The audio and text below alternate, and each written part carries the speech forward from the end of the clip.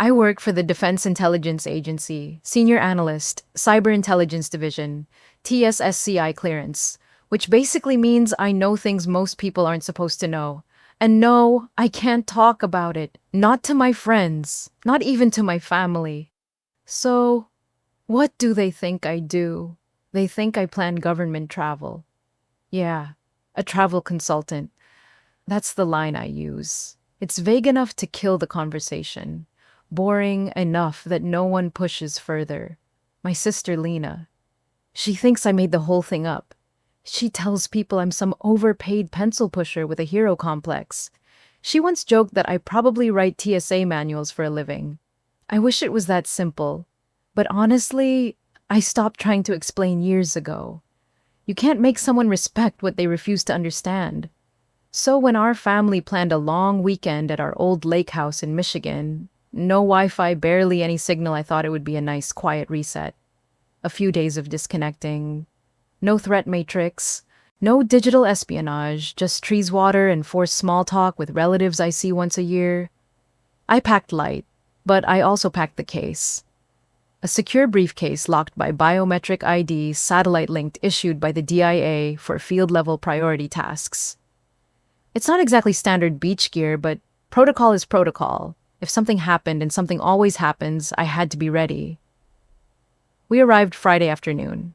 The house hadn't changed much. Same creaky floorboards, same sun-faded deck furniture, same smell of mildew and childhood. Lena was already there, of course.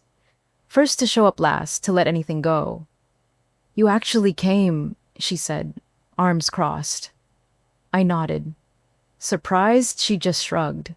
"I figured you'd have a cyber crisis or something. Or, fake one." Same Lena. Charming as ever. My cousin Josh came in later that night. He's in college now, computer science major, always asking me questions I can't answer. He thinks I'm cool, which is sweet. And dangerous. Because what none of them realize is my job isn't a game. And if they ever cross the line, even by accident, there would be consequences. Real ones. I thought I'd made that clear. But I was wrong. Dead wrong. I was halfway through my second cup of coffee when it happened. The secure channel lit up. A single notification on my classified device encrypted time-sensitive priority level 1. I froze. Out here, calls like that don't just happen. Not unless something's gone very wrong. I tapped the screen and authenticated. The message was short. Direct. Initiate review of Blackwave packet. Immediate analysis required.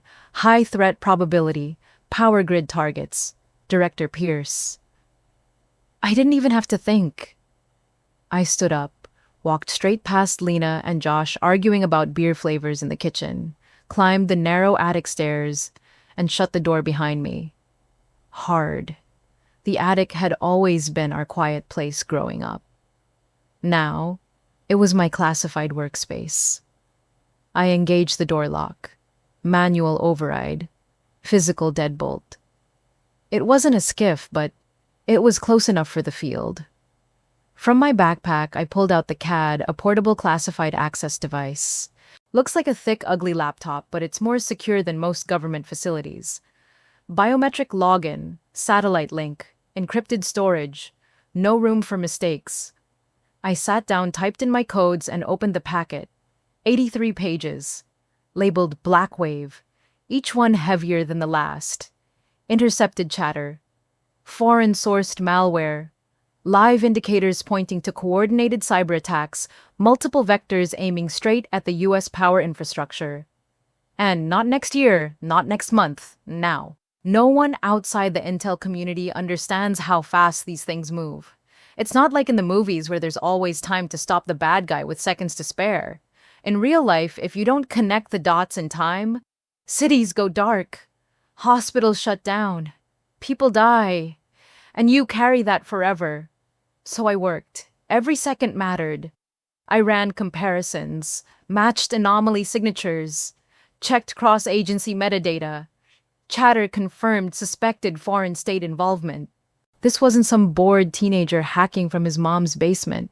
This was warfare. silent, invisible, and already inside our systems. And as I decrypted file after file, I realized something chilling. They weren't just testing us. They were ready. This was an opening move, and it was about to get worse. I'd been locked in that attic for nearly 2 hours. No breaks, no distractions, just data and adrenaline.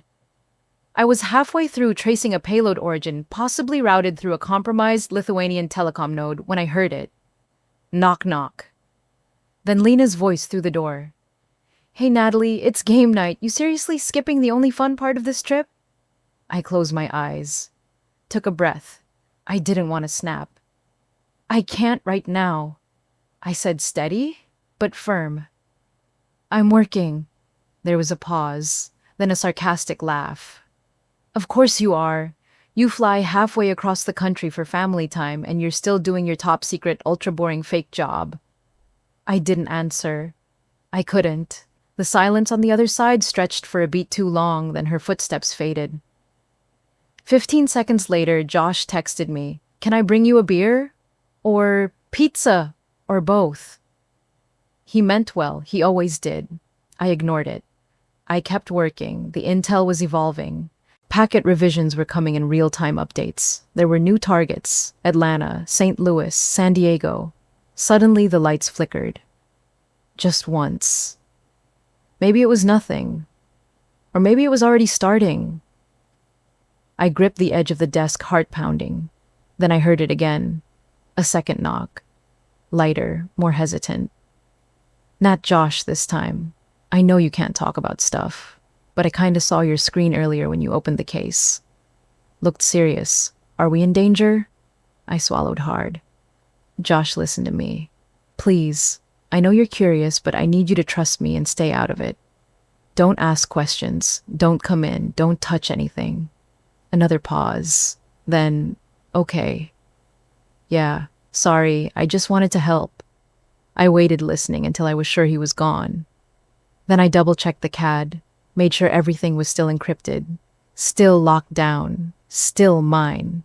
I hadn't even noticed the sun was gone until a low rumble of thunder shook the windows. Storm incoming. Fitting. But the real storm, that was already here, and none of them had any idea. The storm rolled in faster than expected. Rain hit the roof in heavy sheets, loud enough to drown out the thoughts in my head. But even that couldn't block out the sinking feeling in my gut. Something felt off. Call it instinct.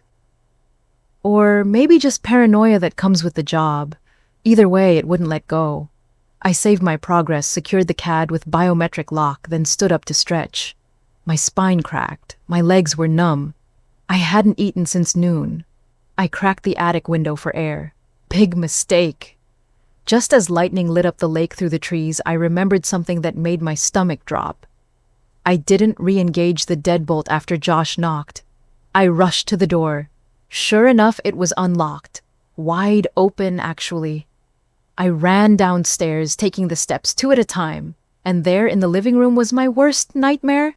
Spread across the coffee table was the entire printed contents of the Blackwave packet. Maps, code breakdowns, transcripts, threat profiles, foreign language intercepts, everything, laid out like a damn board game. Lena was thumbing through one of the pages, squinting. Josh had his laptop open and my heart nearly stopped when I saw a USB drive sticking out of it.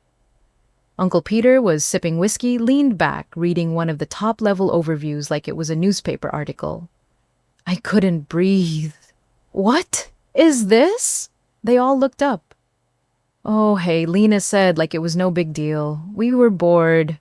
Your case was unlocked. Thought we'd finally find out what you actually do." Josh nodded. "It's pretty badass, honestly." "Is this real? Like this stuff about the grids? Please tell me you didn't copy anything I said already," pulling my phone from my pocket. My hands were shaking. Josh blinked. "I just backed it up. I wasn't going to post it or anything." Uncle Peter chuckled. "Relax, Nat. No one here's a spy. We're just curious. If this is so classified, maybe don't leave it laying around." My blood ran cold. "This isn't curiosity. I said, barely above a whisper. It's a federal crime, they laughed. I didn't. I hit the panic sequence on my secure phone, a silent emergency beacon hardwired into the agency's rapid response line. Location tagged, identity confirmed, protocol engaged. Then, I spoke clear and sharp for the recording I knew had just activated. Unauthorized individuals have accessed TSSCI materials pertaining to Operation Blackwave. Compromise confirmed. Visual evidence and potential digital duplication suspected. Location Pine Hollow Lake House. 3 civilians present. They stopped laughing. Lena's face fell. Josh turned pale. Wait, what are you doing? What I'm trained to do, I said. What the law requires me to do. And just then, we heard it. Engines, tires crunching gravel, multiple vehicles pulling up fast. I looked out the window. 4 unmarked black SUVs. I turned back to my family. You need to back away from the table. Right now, hands visible. Do not move, do not touch anything else. Uncle Peter stood up, puffing his chest. You called the damn government on your own family. I didn't answer. Because by that point, it was already too late. The front door didn't just open. It exploded inward. A flash. A shout. Boots on hardwood. Weapons drawn. Federal agents. Everyone on the ground. Now Lena screamed. Josh dropped to his knees with his hands in the air. Uncle Peter stood frozen like he couldn't decide whether to fight or faint. I raised both hands and took a step back from the scene. One of the agents recognized me instantly. Carter, I nodded. 3 unauthorized individuals accessed Operation Blackwave materials. USB drive in that laptop. Printed intel scattered across the table. Visual compromise confirmed. The lead agent turned to his team. Secure the documents. Seize all electronics. Detain and separate civilians. Everything moved fast after that. Flex cuffs, flashlights, barked orders. They swept the room like clockwork, practiced precise. Josh was flat on his stomach, head turned toward me, eyes wide with disbelief. Nat, he whispered. Please, tell them it's a mistake. It's not, I said quietly. You plugged in a USB to a classified device. That's not curiosity. That's felony intrusion into a secure federal system. He looked like he was going to throw up. Uncle Peter was cursing, calling it overkill, saying he'd served his damn country and didn't need to be treated like a terrorist in his own home. Nobody responded. Nobody cared. One of the agents held up the USB. File activity confirmed. Timestamp matches statement. Chain of custody begins now. Lena was still shouting. This is insane, Natalie. You're doing this to us. Over some stupid paperwork, I stared at her. You didn't just read a report, Lena. You read National Security Threat Analysis. You picked up a file labeled Top Secret Yaw on SCI in red ink, and your first thought was to flip through it like a tabloid. She started to cry. Ugly, loud, confused tears. One of the agents pulled me aside. We've got a separate team en route for digital forensic extraction. Full sweep. The CAD is secure. Yes, I nodded. Biometric lock never disengaged. They didn't access the terminal. Only the printed pages and USB activity. He made a note on his tablet. I looked back at my family, now seated against separate walls, each of them cuffed, silent, and stunned. It was the first time in my life I'd ever seen Uncle Peter speechless. Josh couldn't even look at me. And Lena, she just kept whispering, "Why are you doing this? Why would you do this to your family?" I didn't have the heart to answer. Because the truth, I wasn't doing this to them. They did it to themselves. They were told. They were warned. They crossed the line anyway. And now, the consequences had arrived. The living room looked like a war zone in slow motion. Agents moved with clinical precision, snapping evidence photos, logging timestamps, collecting every loose page and digital device in sight. They didn't talk unless they had to. No yelling, no drama, just business. The kind of business where one wrong move means lives get lost. One agent opened a sealed evidence bag and carefully slid in the USB drive. Another sealed off the laptop Josh had been using. It would be shipped to DC for full forensic analysis. I stood off to the side answering questions when asked, watching my family unravel from a distance of 6 feet and 1,000 miles. Josh had stopped crying. Now he just looked hollow. Uncle Peter sat stiff-backed, arms flexing against the cuff's face, locked in silent fury. Lena kept looking at me like I was some kind of monster. The lead agent circled back to me. "We're processing everything. CAD device is untouched.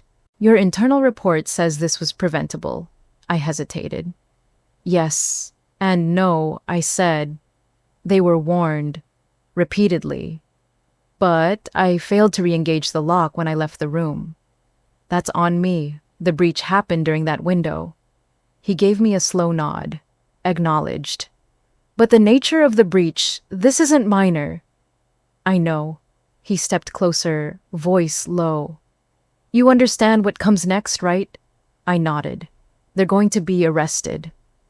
"It won't be quiet," he said. "We'll try to keep it sealed, but this kind of access, a civilian uploading even one file online, could have sparked international fallout." "They're lucky it stopped here." I glanced over at Josh. He was staring at the floor, lips moving, mouthing something to himself. Maybe a prayer, maybe just regret. Lena caught me looking. "You could have stopped this," she snapped, her voice sharp like glass.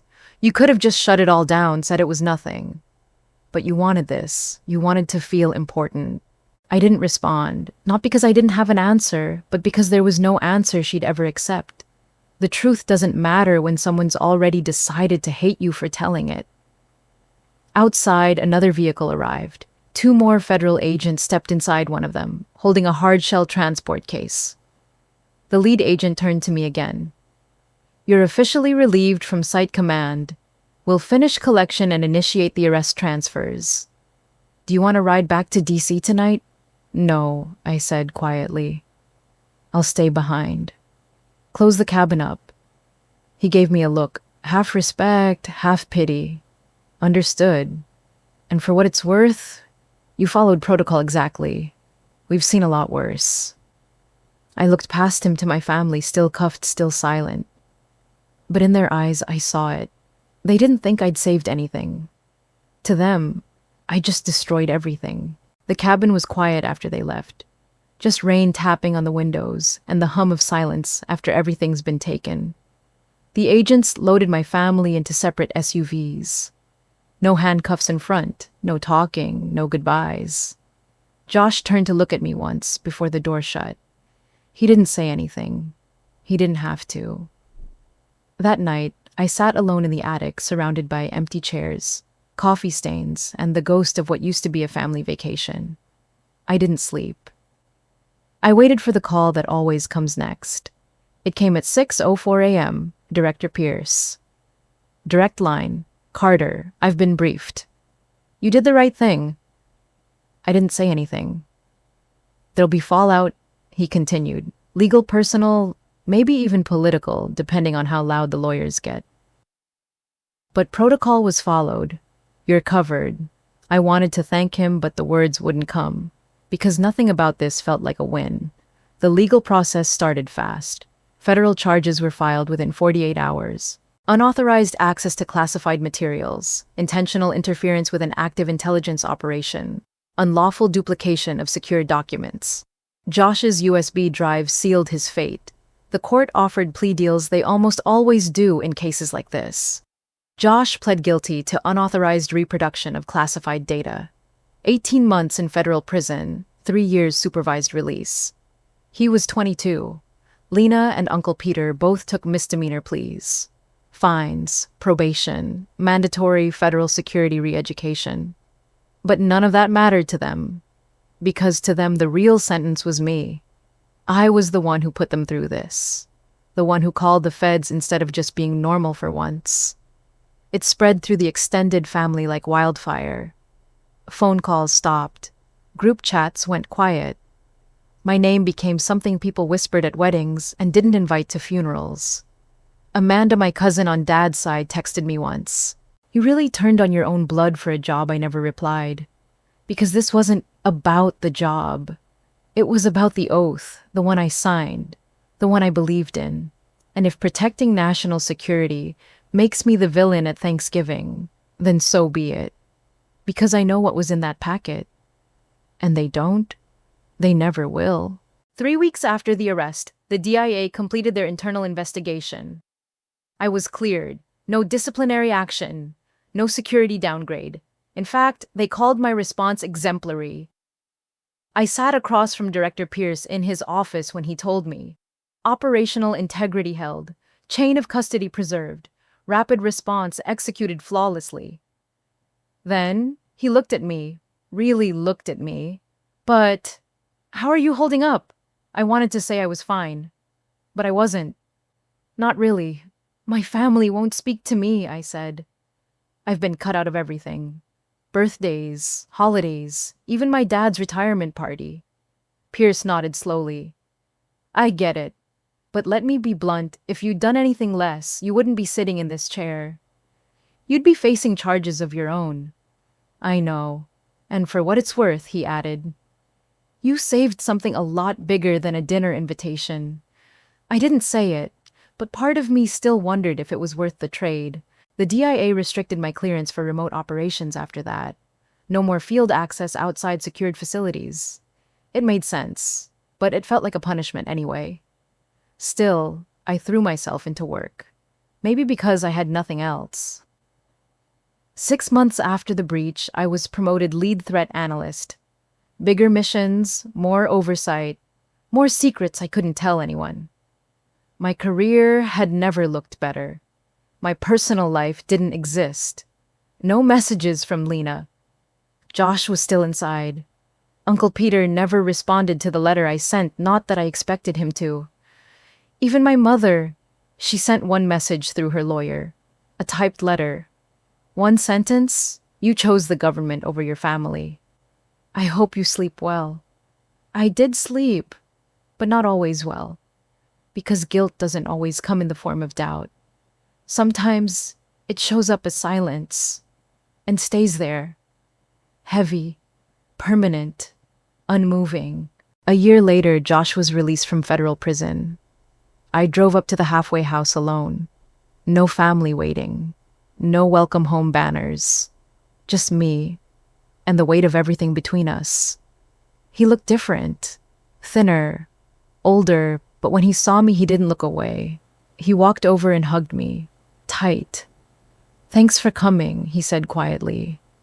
You're still my cousin, I told him. Even after everything, especially after. We sat on a bench outside the facility. The air was cold, but it felt honest. We talked about his next steps, a coding boot camp, maybe moving out of state, starting fresh. Then he asked me the one question I'd been waiting for. What was in that packet, Nat? I shook my head. I still can't tell you. He didn't press. Fair enough, he said. But I get it now. Took me prison and a dozen federal briefings. But I finally understand. That stuff we messed with, it wasn't just paperwork. It was real. He paused, swallowing hard. I almost uploaded one of those files to Reddit. Just for fun. Just to flex, if I had... You didn't? I said softly. That's what matters. He looked at me again. I was stupid. I didn't believe you before. I do now. It was the closest thing to closure I was going to get. I hugged him again before leaving. He said he'd write. I told him I'd read it if he did. As I drove away, I didn't look in the rearview mirror.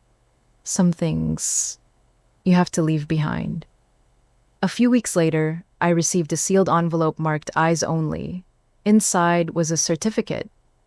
The intelligence community's Exceptional Service Medal. No public ceremony, no press, just a short note from Director Pierce. For your integrity, under pressure. For your protection of active assets. For your decision to do the right thing, even when it costs you everything.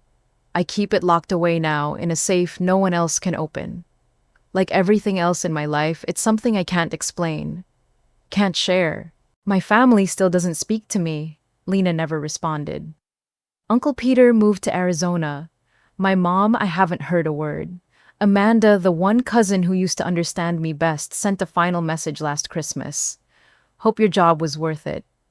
Because you lost all of us. And maybe she's right.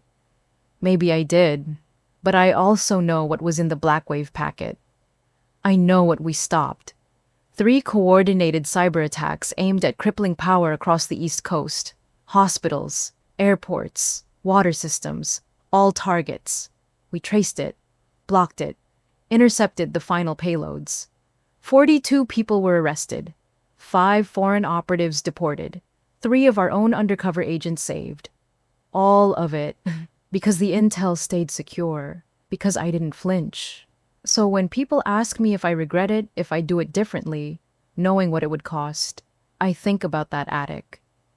I think about the packet, the breach, the SUVs, the cuffs, the silence. And I say the only thing I can, I do it again. Every single time. Because national security doesn't care about holidays, and integrity doesn't ask for permission. It just stands there quietly when everything else falls apart. And that has to be enough, even if it's all I have left, even if it's the only thing that still feels real.